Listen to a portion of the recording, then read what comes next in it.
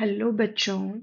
आज हम लोग चैप्टर 1 इंटीजर्स के एनसीईआरटी के जो सॉल्यूशंस हैं उनको आगे कंटिन्यू करेंगे। ओके, हम आज एक्सरसाइज 1.3 स्टार्ट करेंगे जो कि डिवीजन ऑफ इंटीजर्स पे बेस्ड है।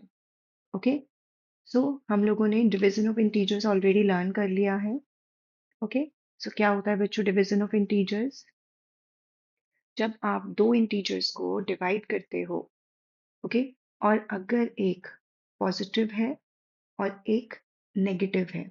ओके, अगर एक पॉजिटिव है और अगर एक नेगेटिव है तो आपका आंसर क्या आता है बच्चों? नेगेटिव।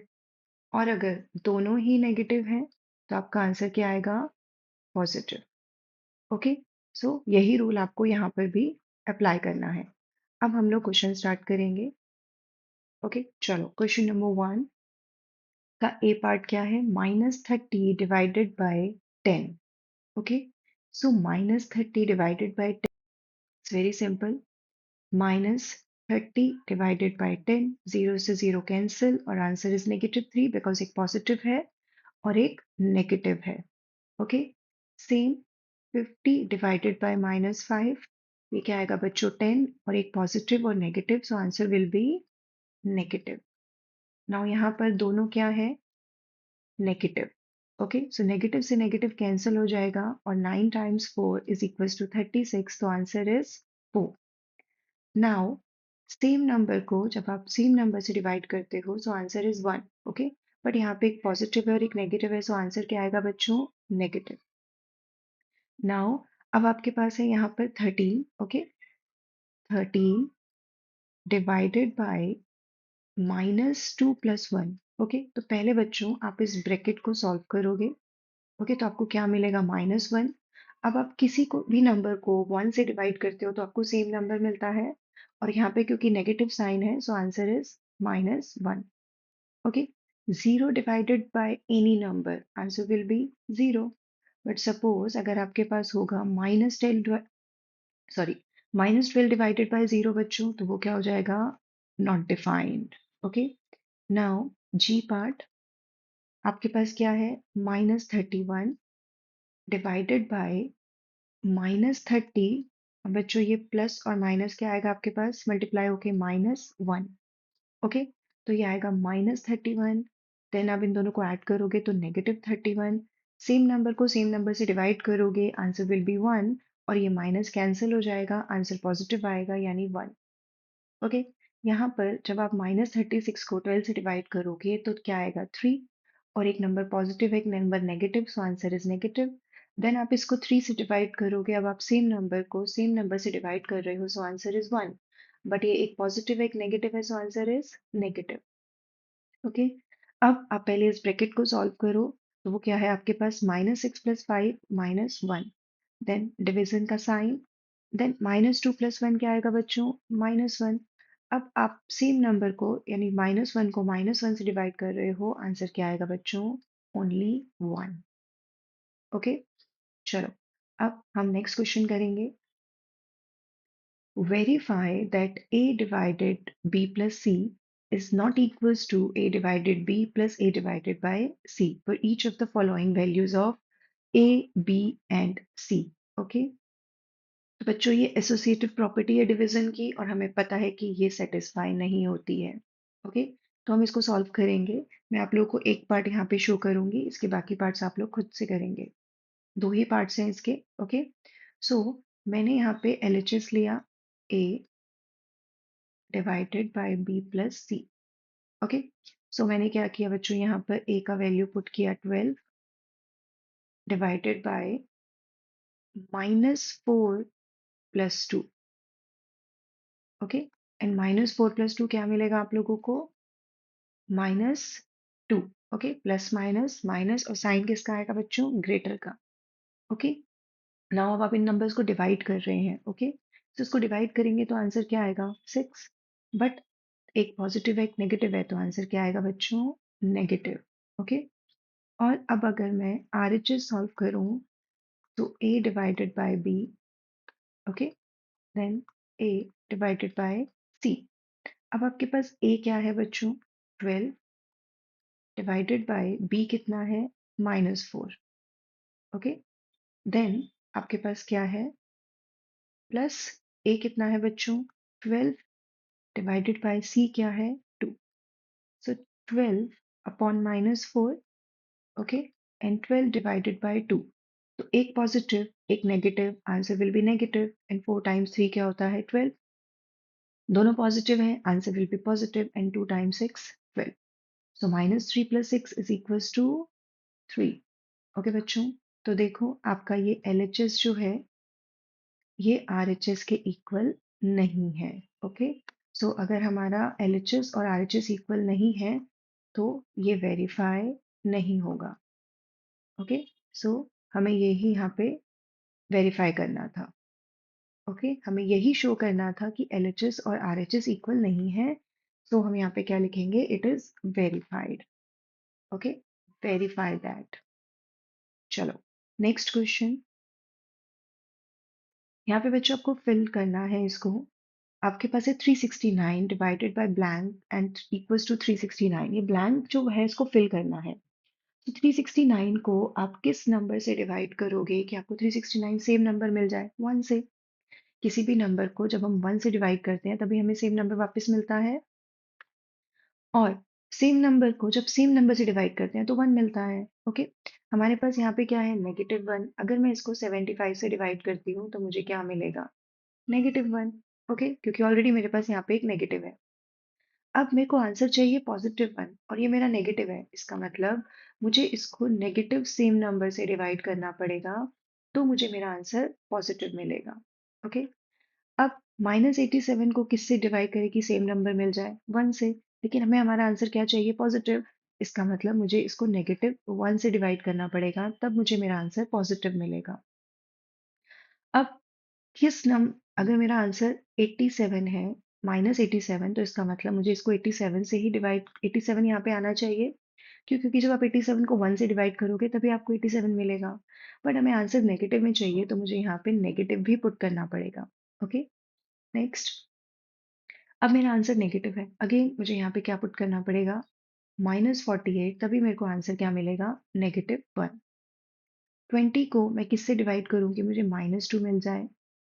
ओके, तो अगर मैं यहाँ पे, बहुत सिंपल है, अगर मैं इसको 10 से डिवाइड कर दूं तो मुझे आंसर क्या मिलेगा, 2. लेकिन मुझे क्या चाहिए बच्चों, -2. तो मैं यहाँ पे नेगेटिव का साइन पुट कर दूंगी. ओके, अब यहाँ पर मेरे पास क्या है, 4 और ये है -3.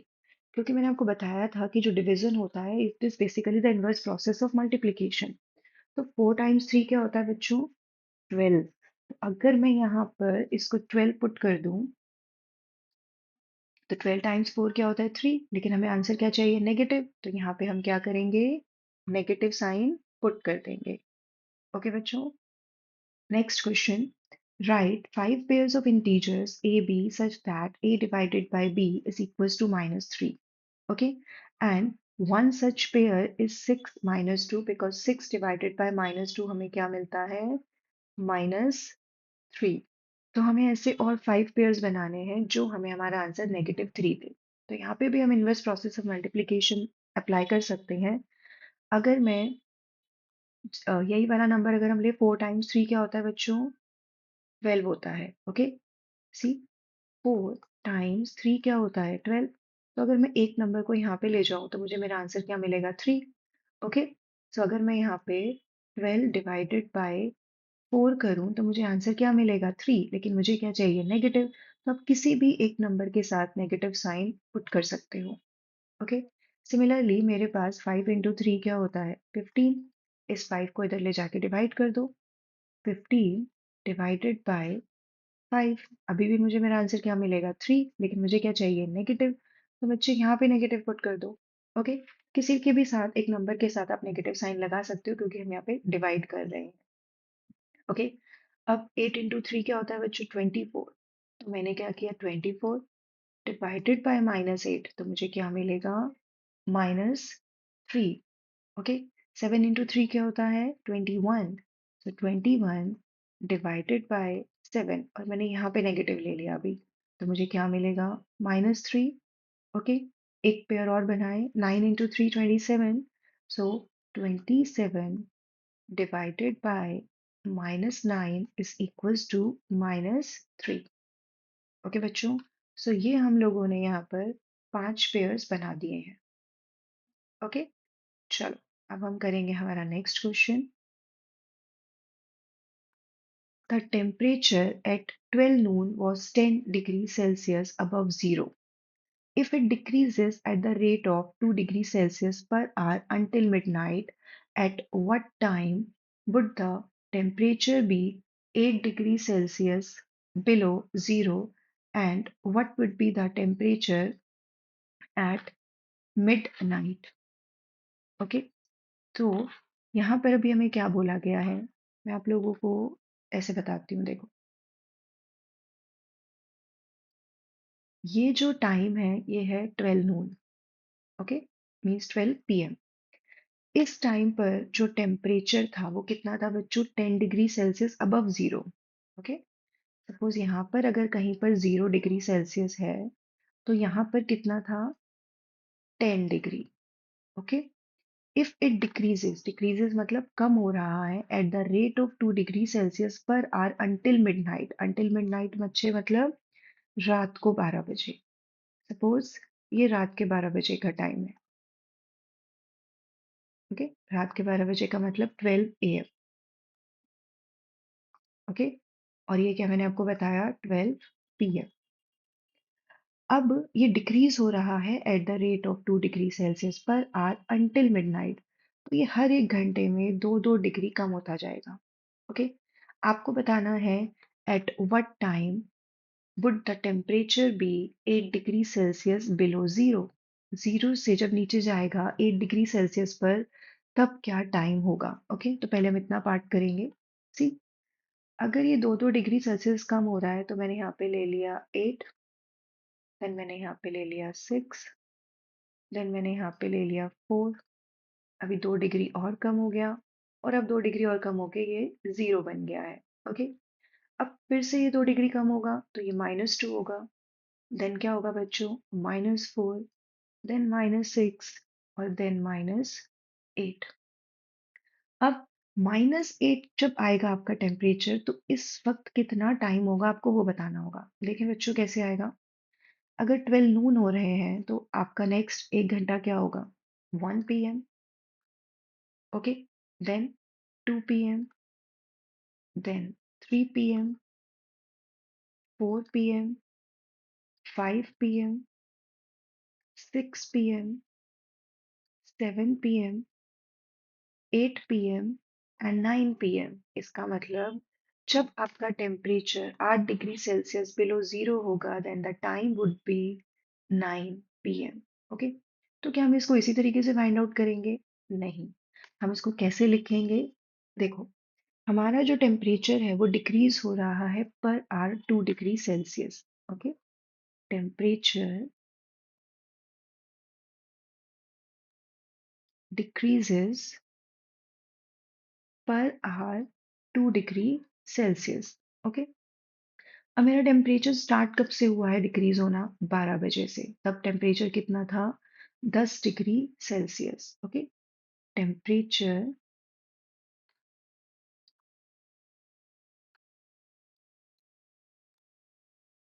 Eight 12 noon. ओके बच्चों, at 12 noon was 10 degree Celsius.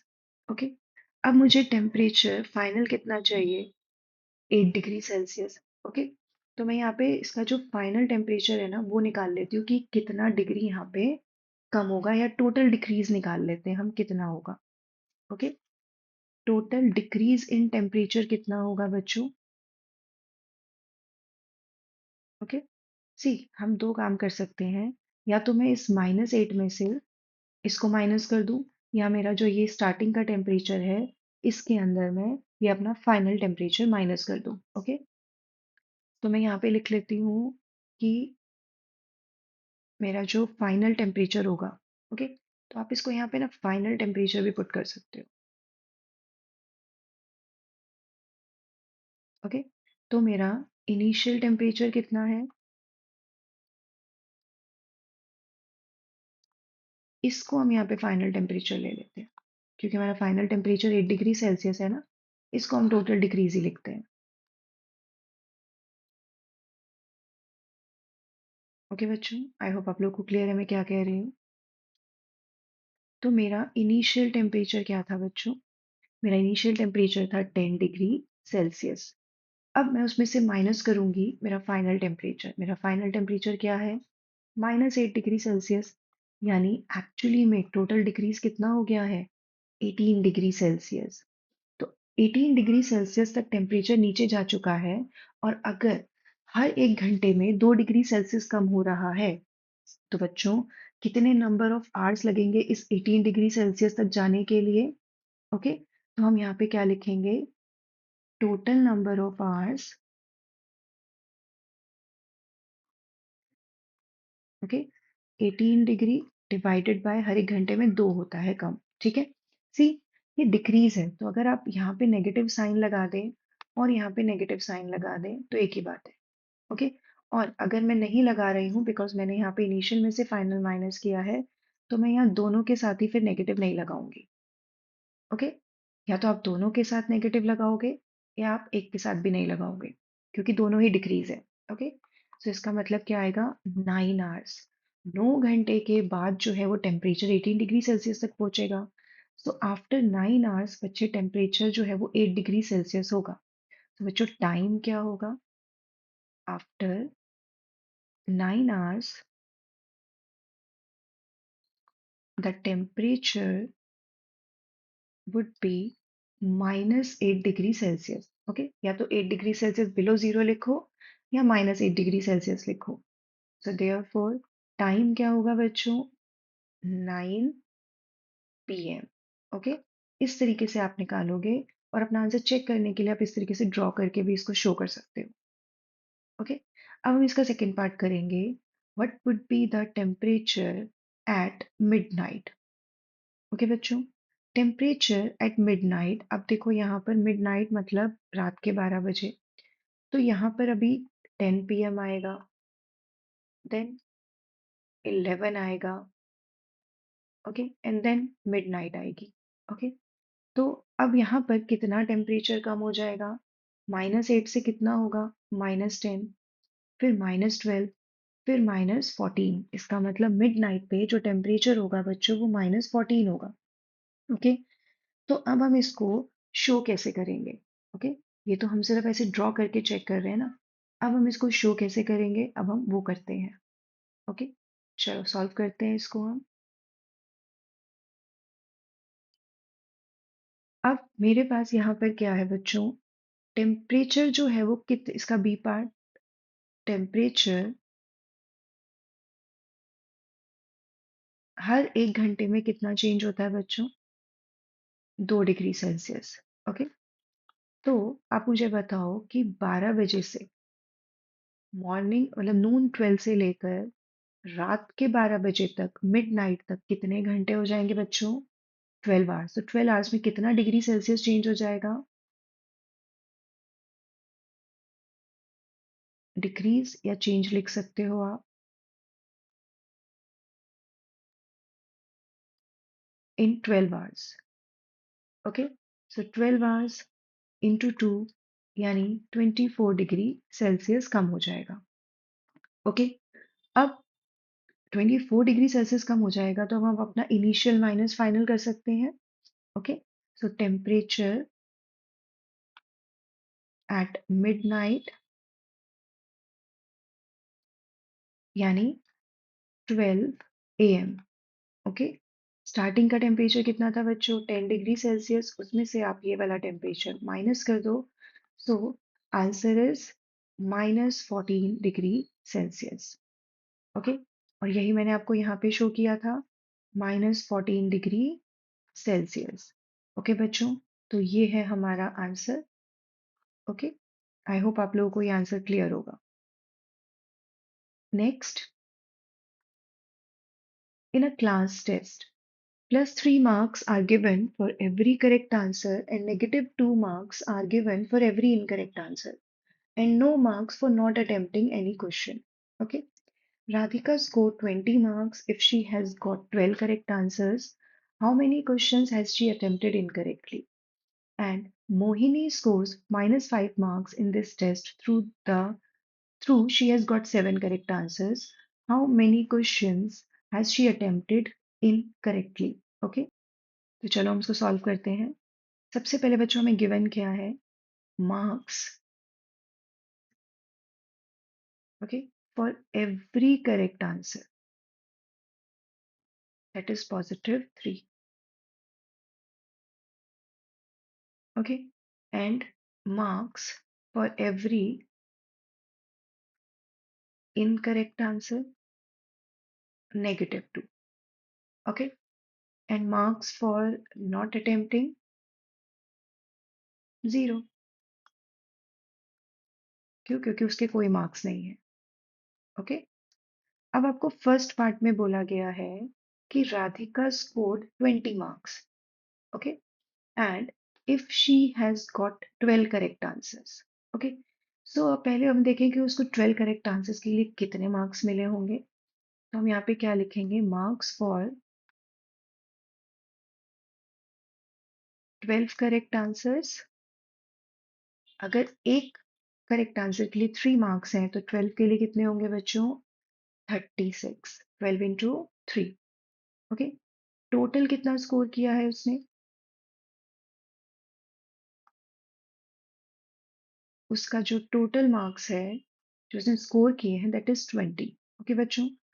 तो मार्क्स फॉर इनकरेक्ट आंसर्स क्या होंगे, देखो, आपको अगर टोटल मार्क्स 20 मिले हैं, ओके, तो उसमें उसके जितने भी करेक्ट आंसर्स के मार्क्स हैं प्लस जो इनकरेक्ट है वो दोनों एडेड है, ओके।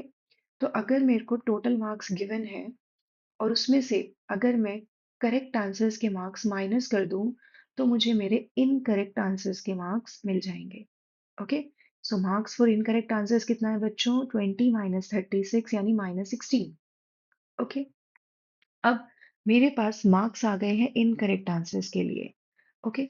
तो अब मेरे पास नंबर ऑफ इनकरेक्ट आंसर्स कितने होंगे, number of incorrect answers,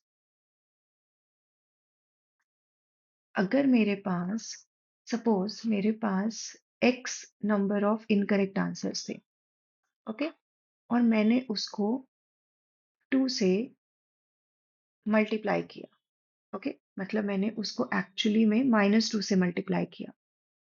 suppose मेरे पास ये x थे, मैंने इसको -2 से मल्टीप्लाई किया, तभी तो मुझे -16 मिला होगा। अब मैं इस -2 को अगर इधर ले जाके डिवाइड कर दूं तो बच्चों मुझे क्या मिल जाएगा, number of incorrect answers, okay. तो यहाँ पर मैं क्या करूंगी, -16 को -2 से डिवाइड कर दूंगी तो मेरा आंसर क्या आएगा, 8। इसका मतलब राधिका ने 8 इनकरेक्ट आंसर्स दिए हैं, ओके बच्चों। चलो अभी हम इसका सेकंड पार्ट करेंगे। सेकंड पार्ट में क्या बोला गया है, that Mohini scores -5 marks in this test though she has got 7 correct answers, okay। So marks for one correct answer कितना है बच्चों, +3, okay। So marks for 7 correct answers कितना होगा, 7 इंटू 3, 21, और टोटल मार्क्स उतने किसने स्कोर किए हैं, मार्क्स स्कोर्ड बाय मोहिनी कितने हैं,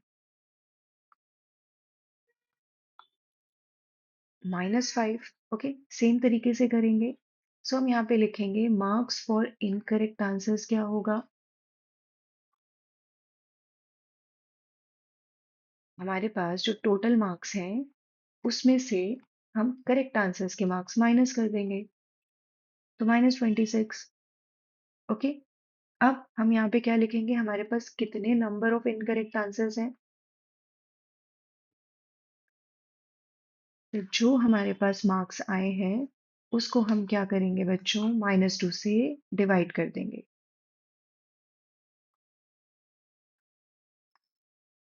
okay. -26 divided by -2, so answer is 13। तो हमें कितने इनकरेक्ट आंसर्स मिले हैं, 13, यानी मोहिनी ने 13 इनकरेक्ट आंसर्स दिए हैं, ओके बच्चों। चलो next question, an elevator descends into a mine shaft at the rate of 6 metre per minute. Okay, descents मतलब नीचे की तरफ डाउन जाना। Okay, if the descent starts from 10 meter above ground level, okay, so how long will it take to reach minus 350 meter? Okay, बहुत ही important question और बहुत ही easy है। आपके पास सपोज ये एक माइन शेफ्ट है जो नीचे की तरफ जा रही है, ये ग्राउंड लेवल है। ओके, ये ग्राउंड लेवल से ऊपर कितना है बच्चों? 10 मीटर अबव। ओके, सपोज यहाँ पे 10 मीटर है, तो ऑलरेडी ग्राउंड लेवल से इतना ऊपर है। अब इसको नीचे जाना है, कहाँ तक जाना है बच्चों?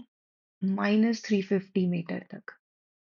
तो -350 मीटर तक जाने के लिए इसको कितना टाइम लगेगा? अगर हर 1 मिनट में 6 मीटर जो है वो डिसेंड्स होती है माइन शिफ्ट। ओके, तो हम यहाँ पे लिख देते हैं एन एलिवेटर